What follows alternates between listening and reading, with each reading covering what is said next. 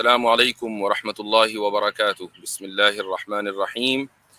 अल्हम्दुलिल्लाहि रब्बिल आलमीन वस्सलातु वस्सलामु अला सय्यिदिल अंबियाइ वल मुरसलीन व अला आलिहि व सहबिहि अजमईन, अम्मा बाद। ओके, उम्मीद है कि आप हजरात मुझे सुन पा रहे होंगे और मेरी आवाज़ बिल्कुल साफ़ होगी। तो आज अपने वक्त पर इतवार के दिन, लेकिन 1 घंटा पहले ये स्ट्रीम रखी जा रही है और उसकी वजह यही है कि जल्दी शुरू करेंगे तो जल्दी ख़त्म भी होगी इंशाअल्लाह। और ये सिर्फ आज के लिए है, फिर आगे इंशाअल्लाह अपने ही वक्त पर करेंगे। टाइम इसका परमानेंटली नहीं बदला है। आज शुरू में कोई ऐसी इल्मी कुरानी हदीसी गुफ्तगू नहीं करनी है, अलबत्ता एक मौजू के ऊपर जो इस वक्त आलमी तौर पर छाया रहा उसके ऊपर तबसरा करेंगे और उसके बाद फिर इंशाअल्लाह मैं लिंक आम करूँगा और आप हजरात जुड़ सकते हैं। लेकिन हमारी गुफ्तगू के आगाज़ से पहले जो आपका कंट्रीब्यूशन है वो करते चले जाएं। अभी मैं इत्तेफाक से कल ही अपने चैनल के एनालिटिक्स पढ़ रहा था कि भाई कितने व्यूअर्स हैं, कितने। हर एक चैनल, जो भी चैनल ओनर है उसके पास ये एक्सेस होता है अपने चैनल के एनालिटिक्स का। तो उसमें एक चीज़ मैंने देखी जो फीचर मुझे पहले नहीं पता था, लेकिन जब कल ज़रा गौर से देखा कि यूट्यूब ये ट्रैक करता है कि लिंक कहाँ कहाँ शेयर हुआ है और कहाँ से लोग आए हैं। ट्विटर से आए हैं, व्हाट्सएप से आए हैं, टेलीग्राम से आए हैं, या इसके अलावा दूसरे जो सोशल मीडिया है। तो मुझे ये हैरत हुई कि तकरीबन 43% जो व्यूवर्स हमारे आ रहे हैं वो व्हाट्सएप से आ रहे हैं। यानी वो लिंक व्हाट्सएप के मुख्तलिफ ग्रुपों में शेयर हुआ और वहाँ से फिर ये पार्टिसिपेंट्स या व्यूवर्स आते हैं। तो मैं समझता हूँ कि इस चीज़ को, इस सिलसिले पर थोड़ा सा इसको आगे बढ़ाना चाहिए और आप हजरात अपने फैमिली ग्रुप्स हों या दोस्तों के ग्रुप्स हों या जिस तरह के भी ग्रुप्स हों जहां आप यूजुअली शेयरिंग करते हैं वहां आप शेयरिंग करें और इंशाअल्लाह ताकि ज़्यादा से ज़्यादा व्यूवर्स जुड़ें। तो ये तो शुरू में अपील है और इसी तरीके से वीडियो को आप लाइक भी कर दें ताकि ये यूट्यूब एल्गोरिदम में आ जाए। अब मैं बैक स्टेज के ऊपर मेरे साथ 2 अहबाब हैं। सबसे पहले एक्नॉलेज इस्लाम और उसके बाद हबीब नदवी साहब। अस्सलाम वालेकुम व रहमतुल्लाहि व बरकातुहू। अच्छा, वालेकुम ये सलाम, हमारी जो अस्सलाम वालेकुम बिल्ली है ना, सब आज तो परेशान हबीब भाई। करेगी। आपने बिल्ली को जी देखा होगा,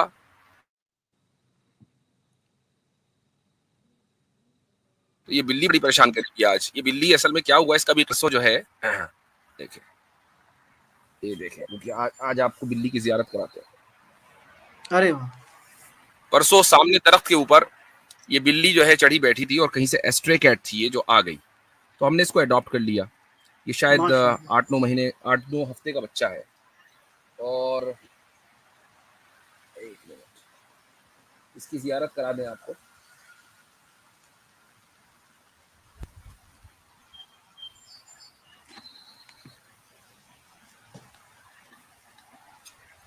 अरे वाह, माशाल्लाह, जबरदस्त। बहुत प्यारा बिल्ला है। बिल्ला है, बिल्ली है मुफ्ती साहब?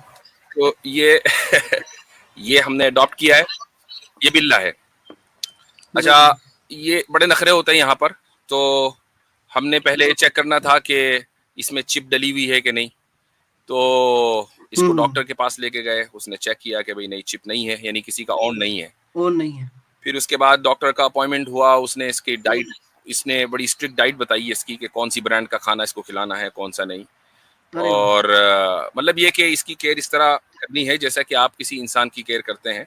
बाकायदा इसके शॉट्स लगेंगे और जनाब इसका चंद महीनों के बाद अपॉइंटमेंट होगा। ठीक है, इसके जो मतलब जो इसका डॉक्टर है वो जी वहाँ नर्सिस भी हैं और बहुत अजीब अंदाज से इनकी केयर हो रही है। तो बहरहाल ये बहुत अटैच बिल्ली है, जो कहीं भी हमें देखती है फौरन आ जाती है ये। तो माशाल्लाह। नाम ये रखा इसका आज कुछ स्ट्रीम आपने में मुफ्ती साहब? साथ है। इसका नाम हमने रखा है हुरैरा। जबरदस्त। तो ये स्ट्रीम में आती जाती रहेगी। तो फिर तो बहरहाल मुफ्ती साहब आप ये भी एक, बन गए अब अबू हुरैरा। तो ये एक इत्तेफाकी हादसा है, हमें बिल्ली नहीं लानी थी, लेकिन अब सामने दरख्त के ऊपर ही पता नहीं कहाँ से आ गई और पूरे दिन ये वहीं बैठी रही, तो हमने फिर इसको अडॉप्ट कर लिया। चलें, ये तो बिल्ली का किस्सा हुआ। अब आ जाए बारबी के किस्से पर। जी। जी, एक्नॉलेज इस्लाम साहब। हबीब नदवी साहब, क्या हाल चाल है? अस्सलाम वालेकुम। आपका इस्तेकबाल नहीं हुआ बिल्ली के चक्कर में। जी वालेकुम सलाम व रहमतुल्लाह। जी अल्हम्दुलिल्लाह मुफ्ती साहब। जी, अच्छा जी। तो क्या ख्याल है एक्नॉलेज इस्लाम साहब, एक वाकया जो इस वक्त पूरे वर्ल्ड की अटेंशन उसने अपनी तरफ ली है गुज़िश्ता हफ्ते, जी। यहाँ तक कि मलाला यूसुफजई ने बाकायदा उसके ताल्लुक से ट्वीट किया, तो इसके बारे में आप क्या कहते हैं? जी, औज़ु बिल्लाहि मिनश शैतानिर रजीम, बिस्मिल्लाहिर्रहमानिर्रहीम। सबसे पहले तमाम व्यूअर्स को मेरी तरफ से सलाम, अस्सलाम वालेकुम सबको। अच्छा मुफ्ती साहब, स्ट्रीम से पहले मैंने आपसे ये बात इसलिए कही क्योंकि इनिशियली जब ये चीज़ हुई, क्योंकि बारबी मूवी का जो रिलीज़ था, ये पिछले जी, महीने हुआ। यूजुअली जी, मोस्टली ईद के बाद ही हुआ। हाँ, ईद के जी, बाद होता है। तो मुझे लगा ठीक है, बारबी मूवी है, मैं क्योंकि आज तक इंसान को यही पता था कि बारबी एक खिलौना है, तो वो एक मूवी होगी। तो मेरे सामने 2-2 मुफ्ती हबीब साहब क्यों हैं? मुफ्ती साहब आपका आइकन आपको चेंज करना पड़ेगा, हबीब साहब का आइकन लगाया है आपने, डीपी ना, प्रोफाइल। जी, जी, जी, हबीब साहब का आइकन कहाँ से आ जाता है भाई? जी। लगाता हूँ।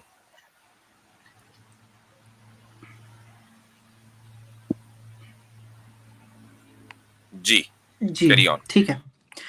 तो मुझे भी यही लगा कि एक यूजुअली एक बारबी का कोई होगा बच्चों के लिए, और उसको पोर्ट्रे भी किया गया कि ये बच्चों के लिए एक मूवी है, पूरी फैमिली फन के लिए मूवी है।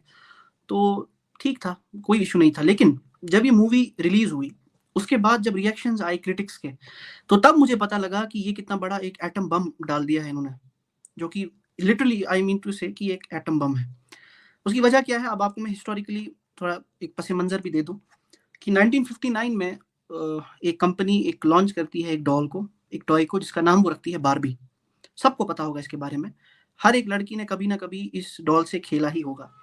इस डॉल को इसलिए लॉन्च किया गया था कि लड़कियाँ जो हैं उनको एक ऐसा कैरेक्टर मिले जो एक फेमिनिन हो, फेमिनिस्ट नहीं, फेमिनिन कैरेक्टर हो।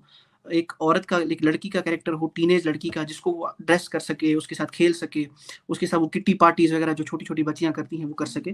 तो ये सब चलता रहा। लेकिन उसके बाद होता ये है कि चंद सालों के बाद 2001 में इसकी एक एनिमेटेड मूवी आती है, यानी बच्चों की कार्टून मूवीज़। तो वो भी सिलसिला चलता रहा, कोई इश्यू नहीं है। और उन कार्टून मूवीज़ में और दरमियान इस 1959 से लेके आज तक के दरमियान में बारबी फ्रैंचाइज़ में और भी कैरेक्टर्स जो हैं वो ऐड किए गए। उनमें से एक जो है वो मेल कैरेक्टर था जिसका नाम केन रखा गया। तो बहुत पॉपुलर हुआ ये लड़कियों के इसमें। तो उसके बाद क्या होता है, लास्ट ईयर एक डिसीजन लिया जाता है कि बारबी पे एक मूवी बनेगी। बारबी फ्रैंचाइज़ जो है पहली बार एक लाइव एक्शन मूवी, यानी असली इंसानों को लेके मूवी बनाएगी।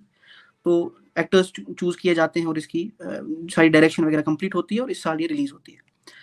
अब बारबी में मसला क्या है वो अब मैं आपको बताता हूँ कि सबसे पहले जब बारबी रिलीज़ होती है तो बारबी की एक क्रेज़ पूरी वर्ल्ड में आ जाती है कि बारबी मूवी अगर देखनी जानी है तो आपको थिएटर में जो है पिंक कलर पहनना पड़ेगा। तो लड़के, लड़कियाँ और आजकल जो हमारे तीसरे किस्म के जो भी हैं वो मखलूक हैं, वो भी येलो कलर या पिंक कलर जो है वो लेके चले जाते हैं थिएटर में।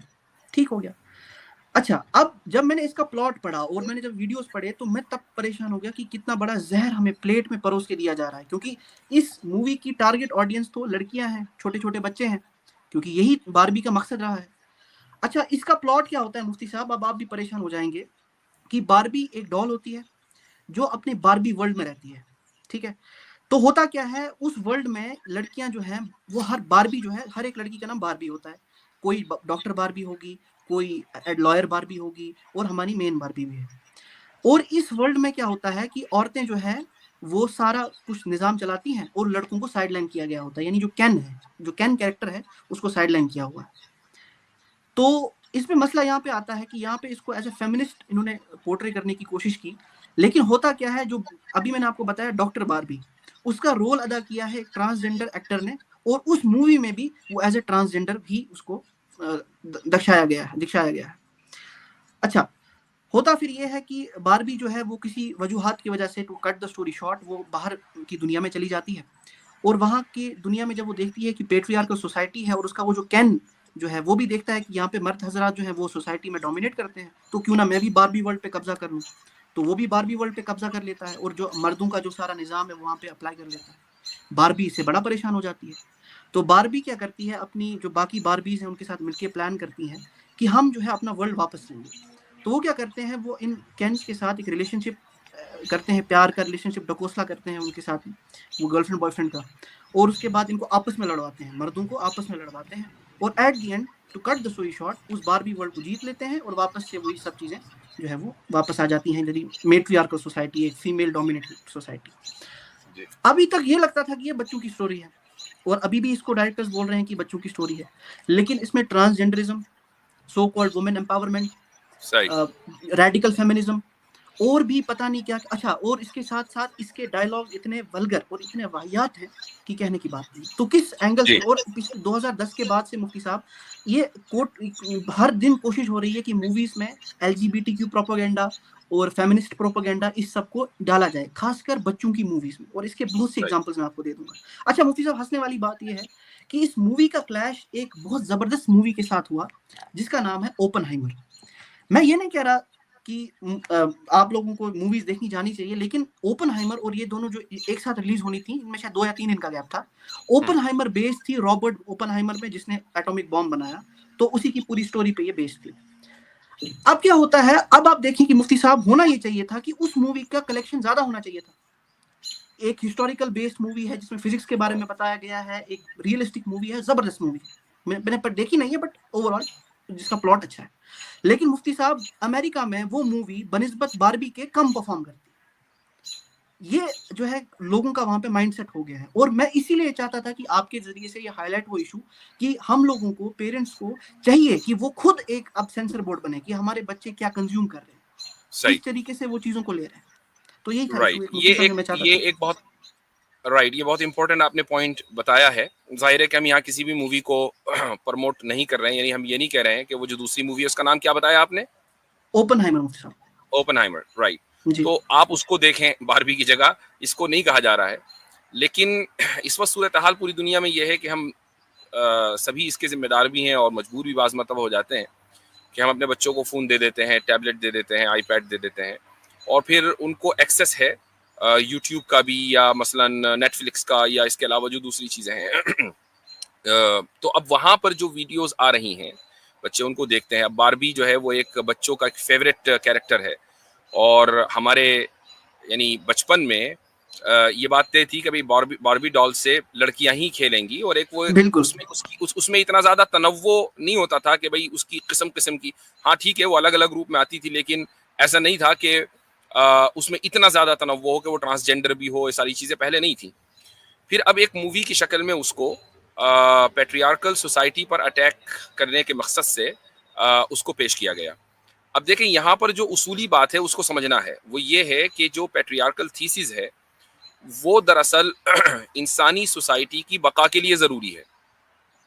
यानी ये ज़रूरी है कि सोसाइटी जो है वो पैट्रियार्की को फॉलो करे।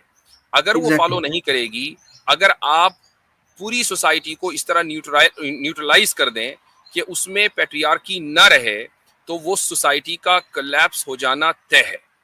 और यही वजह है कि इंसानी तारीख का जितना हिस्सा हमें मालूम है, उस पूरे हिस्से में हर सोसाइटी, हर तहजीब पैट्रियार्कल रही है। हाँ, इस्तिस्नाआत और एक्सेप्शंस कहीं कहीं होते हैं। मिसाल के तौर पर आप ये कह सकते हैं कि भाई नहीं, फला जगह तो क्वीन थी, फला जगह तो मलका थी, कुरान करीम में मलका सबा का जिक्र है। लेकिन आपको ये जहन में रखना चाहिए कि मलिका सबा, या जिसको बिल्कीस कहा गया, मुफस्सिरीन ने उनका नाम जिक्र किया, तो वो भी पैट्रियार्कल सोसाइटी थी। यानी उनके जो हवारी थे या उनके जो मुशीर थे, सारे के सारे मर्द थे। ये अलग बात है कि एग्जीक्यूटिव पावर किसी जगह मसलन औरत को दे दी गई। तो ये जो पैट्रियार्कल थीसिस है ये क्यों नेचुरल है, मैं उसकी एक वजह बयान करना चाहता हूँ। वो वजह ये है कि जो इस वक्त साइंटिफिक रिसर्चेस हैं उनसे हमें ये पता चलता है कि औरतें ओवरऑल हाइपरगेमस होती हैं। और हाइपरगेमी का मतलब ये होता है कि औरतें मसलन अपने से बेहतर मर्द का इंतखाब करना चाहती हैं कि जो तालीम में उनसे फायक हो, जो माल और दौलत में उनसे बढ़ा हुआ हो। यही वजह है कि अगर आप, आम तौर से ये बात हो रही है, हर औरत की बात नहीं हो रही है, एक्सेप्शंस आर ऑलवेज देयर। मसलन अगर आप औरत के सामने एक 2 मर्द बिठाएं और उसको ऑप्शन दें कि भाई तुम चाहे इससे निकाह कर लो और चाहे दूसरे से निकाह कर लो, और मसलन ये दोनों मर्द एक ही फैमिली से आते हों, मसलन एक ही ख़ानदान से आते हों, और यानी नसब के एतबार से कोई मसला नहीं है, हसब के एतबार से कोई मसला नहीं है, ख़ानदान की जो रेप्यूटेशन है सोसाइटी में उसके एतबार से कोई मसला नहीं है, मालो दौलत दोनों की बराबर है, एजुकेशन दोनों की एक है, एग्जैक्ट एवरीथिंग इज सेम, लेकिन फ़र्क ये है कि एक मर्द थोड़ा सा शॉर्ट है और दूसरा लंबा है, टॉल है। तो अब आप ये बताएं कि अगर उस औरत को बिल्कुल एकदम चॉइस दी जाए कि चाहे तुम इससे निकाह कर लो या उससे निकाह कर लो, और उसका अपना दिल किसी एक तरफ माइल अभी तक नहीं हुआ, तो ला महाला उस मर्द का इंतखाब करेगी कि जो टॉल है, जो शॉर्ट है उसका इंतखाब नहीं करेगी। और उसकी वजह यही है कि औरतें जो हैं वो फितरी एतबार से हाइपरगेमस होती हैं, तो वो अपने से बेहतर को देखती हैं। तो ये जो अपने से बेहतर है, ये जो स्टैंडर्ड है, जो साइकोलॉजिकली एक फैक्ट बन चुका है, इससे ये साबित होता है कि जो पैट्रियार्कल सोसाइटी है वो इंसानियत की बका के लिए ज़रूरी है। औरतें खुद नेचुरली और फितरी तौर पर पैट्रियार्कल सोसाइटी, पैट्रियार्कल थीसिस में बिलीव करती हैं। एक पॉइंट तो ये है। दूसरा, मैं आपको कुरान करीम से एक वाक़या सुना देता हूँ। ये वाक़या हज़रत सुलेमान का और हज़रत सुलेमान अलैहिस्सलाम और बिल्कीस का जो वाक़या है, मैं उसकी तरफ इशारा कर रहा हूँ। गालिबन पिछली किसी स्ट्रीम में किसी ने पूछा भी था, तो मैं उसका उसको दोबारा जिक्र कर देते ताकि लोगों के इल्म में इंशाअल्लाह इजाफा हो और जिनको मालूम है उनका इल्म ताज़ा हो। वो ये है कि बिल्कीस ने हज़रत सुलेमान अलैहिस्सलाम से सुलह कर ली थी और सुलह के नतीजे में हर जगह अमन व अमान फैल गया, कोई जंग नहीं हुई। तो अब कुरान, लोग ये कहते हैं कि देखो कुरान में ये जिक्र किया गया है कि बिल्कीस भी मलका थी, कुरान ने उनके मलिका होने को कंडेम नहीं किया, उनके मलिका होने को मुस्तरद नहीं किया। तो आप ये कैसे कह सकते हैं कि पैट्रियार्कल थीसिस ही सही है और औरत के हाथ में इक़्तिदार नहीं आना चाहिए या सोसाइटी की बागडोर नहीं आना चाहिए? तो इसका जवाब ये है कि अगर हम बिल्कीस के लोगों के पर्सपेक्टिव से देखें तो बिल्कीस ने जंग ना करके दरअसल अपनी डिफीट को एक्सेप्ट कर लिया था, जबकि जो उनके इर्द गिर्द लोग थे बिल्कीस के, वो ये मशवरा दे रहे थे कि हमारे पास ताकत है, अगर हमारे पास ताकत है तो हम क्यों इस ताकत को नहीं आजमाते, क्यों हम जंग नहीं करते सुलेमान और उनके लश्कर से। लेकिन बिल्कीस ने क्या कहा था कि इन्नल मुलूका इज़ा दखलू क़रियतन अफ़सदूहा व जअलू अइज़्ज़त अहलिहा अज़िल्ला, कि जब बादशाह किसी शहर में दाखिल होते हैं तो वहाँ के जो एलीट क्लास है उनको वो इस तरह सज़ा देते हैं कि वो लोअर क्लास बन जाती है और उन इलाकों को तबाह कर देते हैं। लिहाजा हमें ऐसा रास्ता इख्तियार नहीं करना चाहिए कि जिसमें हमारी पॉसिबली तबाही हो। तो बिल्कीस ने गोया के जंग से अवॉइड किया। जंग से अवॉइड करने का नतीजा ये हुआ कि सुलह हो गई, और सुलह इस तरह हुई कि बिल्कीस ने हज़रत सुलेमान अलैहिस्सलाम का पेश करदा कलीमा पढ़ लिया और पूरी की पूरी कौम मुसलमान हो गई। इमेजिन करें कि अगर हज़रत बिल्कीस का कोई जनरल मुसलमान नहीं हुआ तो उसके एतबार से तो ये डिफीट हुई ना, इससे बढ़कर और क्या डिफीट है कि हम बगैर लड़े हमने अपनी हार को तस्लीम कर लिया। तो अब मुझे बताइए कि इस वाक़ये के अंदर भी जो पैट्रियार्कल थीसिस है उसको अल्लाह सुब्हानहू व तआला ने तरजीह दी है, उसको प्रेफरेंस दी है और बताया है कि कैसे जहां मर्द के पास इक़्तिदार था वो बगैर लड़े उसने जंग जीत ली, जहां औरत के पास इक़्तिदार था तो उसने अपनी शिकस्त को तस्लीम कर लिया। तो इससे ये साबित होता है कि माशरे की बका जो है वो पैट्रियार्कल थीसिस में है। मुफ्ती साहब, इसमें एक और चीज है जी कि जो बारबी मूवी का जो टाइटल है ना जी, वो पता है क्या है? वो है she is everything, can is just nothing, he is can, he just can. ये टाइटल है, इसका टाइटल लाइन जो इसकी पंच लाइन है वो ये है। तो अंदाजा करें कि क्या कंटेंट हमें परोस रहे हैं।